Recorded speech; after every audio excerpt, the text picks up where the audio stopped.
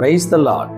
அருமையான கர்த்தருடைய பிள்ளைகளே, இந்த காலை வேளையில் இயேசு கிறிஸ்து உங்களை பார்த்து ஒரே ஒரு வார்த்தை மாத்திரம் சொல்லுகிறார். இந்த வார்த்தை என்னவென்று கேட்டால், இந்த நாட்களில் நமக்கு அநேக அவமானங்கள், அநேக துக்கங்கள், அநேக வெட்கங்கள். ஏன் நம்ம அநேக இடத்தில் வெட்கப்படுகிறோம்?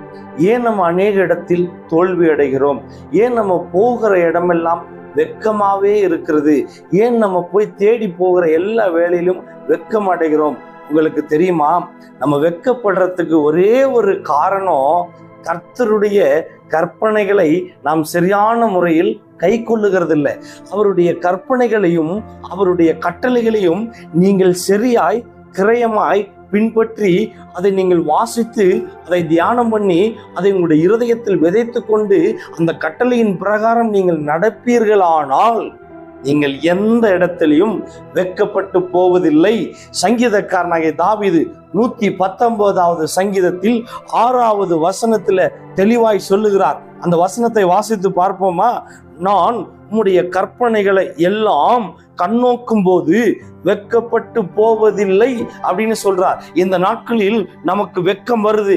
ஏன்? கர்த்தருடைய கற்பனைகளை நாம் இன்னும் கண்ணோக்காமல் இருக்கிறோம். அந்த வசனத்தை பாருங்க, கர்த்தருடைய கற்பனைகளை எல்லாம் அப்படின்னு எழுதப்பட்டிருக்குது. கர்த்தர் உங்களுக்கு என்னென்ன கற்பனைகளை வைத்தாரோ, என்னென்ன கட்டளைகளை வைத்தாரோ, அந்த கட்டளைகளையும் கற்பனைகளையும் சரியான முறையில் கிரயமாய் நீங்கள் பின்பற்றி உங்களுடைய இருதயத்தில் விதைத்து கொண்டு நீங்கள் நடப்பீர்களானால் எந்த இடத்திலும் நீங்கள் வெட்கப்பட்டு போவதே இல்லை.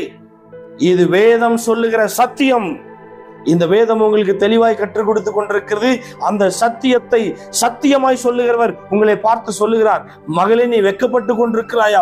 மகனே நீ வெட்கப்பட்டு கொண்டிருக்கிறாயா? உன்னுடைய வெட்கங்கள் மாற வேண்டும் என்று சொன்னார். கர்த்தருடைய கற்பனைகளையும் கட்டளைகளையும் நியாயங்களையும் சரியாய் பின்பற்றுங்கள். இன்னைக்கு வியாதியின் மித்தம் வெட்கங்கள், பலவீனத்தின் மித்தம் வெட்கங்கள், வறுமையின் மித்தம் வெட்கங்கள், இன்னும் அநேக வெட்கங்களை சுமந்து கொண்டிருக்கிற அருமையான கர்த்தருடைய பிள்ளைகளே, தயவு செய்து கர்த்தருடைய கட்டளைகளையும் அவருடைய நியாயங்களையும் எல்லாம் பின்பற்றுங்கள்.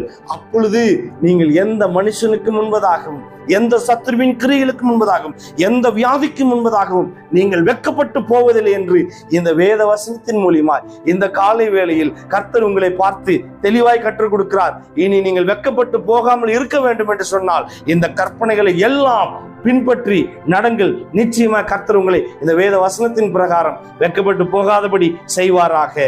ஆமென்.